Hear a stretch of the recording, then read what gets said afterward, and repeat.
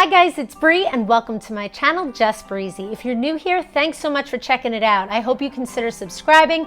Just be sure you hit that bell for notifications because I don't want you to miss a thing. We upload weekly content to share resources, help spread awareness, and tell some of life's stories because like we always say, life isn't always just breezy, but together it can be a little easier. So guys, I say that at the beginning of every video and it's because I truly mean it. That's the goal of this channel. It's to share things with people. It's to bring awareness towards things people are going through in life. And it's to tell the stories of others and my own because I always say I believe that when we share experiences, we learn from each other.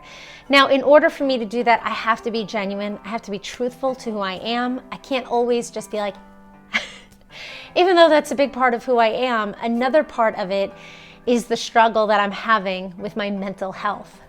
Now I know I say that word and inside I cringe a little too because when people hear mental health, they think of all different things. And for me, it is my ability to manage my anxiety. And at this point in my life, and I've shared this, I do live streams over on Facebook and I've shared it in some videos here.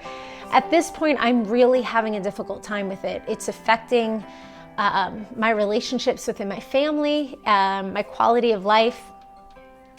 And so for this sort of like Dear Diary video, I am sharing, I'm telling my fear of exploring medication to help me because there comes a point where sometimes all the other things that you're doing, they are adding benefit to your life, but there's still something that's just not quite regulated where you need it to be. And part of that is having self-awareness to know, yeah, things could be better. Things could definitely be better and easier to manage, but I might need a little help. So I am sort of getting through my fear. No, that's a lie. I'm not getting through my fear. I'm facing my fear. I'm not through it right now of medication for that because of my family history. So when you have people that are in your family that become addicted to things, at least for me, it's always made me fearful to then ever indulge in certain things, which was a good thing. I never sort of like went into different avenues that my friends had growing up, but also to talk about medication to help with things. If it was more than just like strep throat or, bronchitis, I didn't really want to think about taking something to help myself. So that's what I did today. I went to the doctor, and what I'm about to show you is sort of like my feelings about it before and after. And I call it Dear Diary because for me, it's sort of like exposing something to anyone who watches, like that I would write in a journal. And I'm very well aware that like my friends and family, coworkers, my kids' friends, parents, I think I'm saying that the correct way, could see it. But I can't worry about the judgment of others. I can't manage what other people think of me. I can only hope that what I say and what I share helps others. I know that it helps me to share. I cannot worry about what you think of me. And I mean that with all the love that I have for everybody. But if what I share and what I talk about openly changes your opinion of somebody like me, then that's on you. I can't take that responsibility and that weight of what other people think on. And I think that's something we should sort of all learn from. The other thing is, I had someone say to me the other day, Bree, I had no idea you were struggling so much because you always seem so positive and bright and bubbly and whatever it was that was said. And I think that really speaks to that saying, like, you don't ever know. We don't ever know what anyone is going through. The bright and bubbly and shiny outgoing person could really be struggling with something. And for people, it affects them in different ways. There are people that can't function and it's debilitating. And I have to be honest with you, there are days that I feel like that. There are. But really, it's about the fact that I could be a mom and I could be a professional and I could be a Girl Scout leader and a friend and someone that functions in the world and does YouTube videos and live streams and loves it and shows my quirkiness. But yet I could still be struggling with my mental health. And that is what I need to take care of. So I share that with people because I know others are experiencing that as well.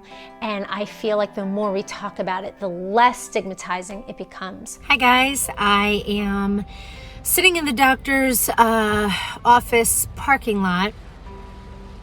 My appointment is in like 4 minutes.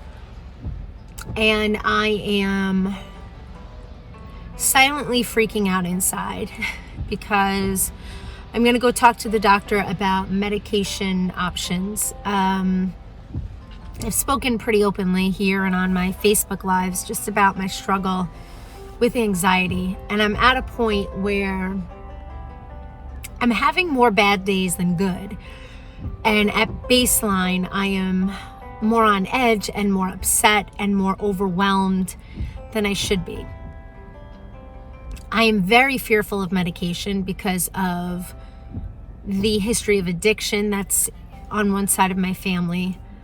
So I'm feeling nervous right now. I'm feeling very nervous about this appointment, but I'm at a point where to be a better version of a mama and a wife and myself, I need a little help, some more help than what I've been able to give to myself. So let's see how this goes.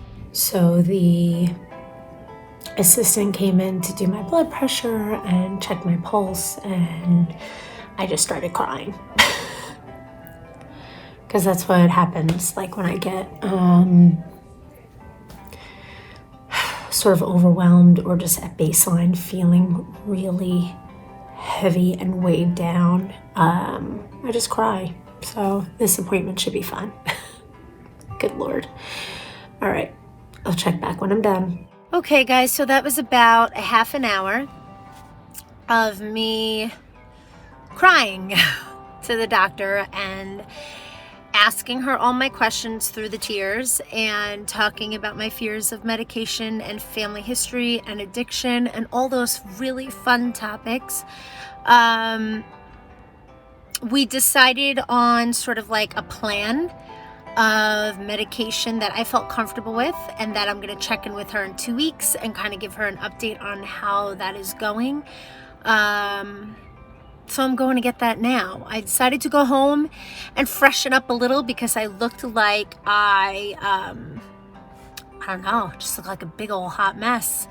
And sometimes putting on a little lip gloss makes you feel a little bit better. So, but I feel a little sense of relief and of empowerment, as weird as that might sound, but I'm also still fearful of the things that I'm fearful of, but at least I am taking control of that. And yeah, so I've decided that what I'm gonna do after the 2 weeks is not only call the doctor, but let you guys know too, like, how does it feel to start medication when you've never taken medication for things like anxiety? Because I've always been super curious, like, what does that do to someone's body? So I will share that because I feel like there are other people that are curious too. And I know it's different for every person, but just to give you my own sort of perspective on it. But all right, guys, thanks so much for listening and watching. And I hope this connected with somebody, and we'll talk again soon. Bye.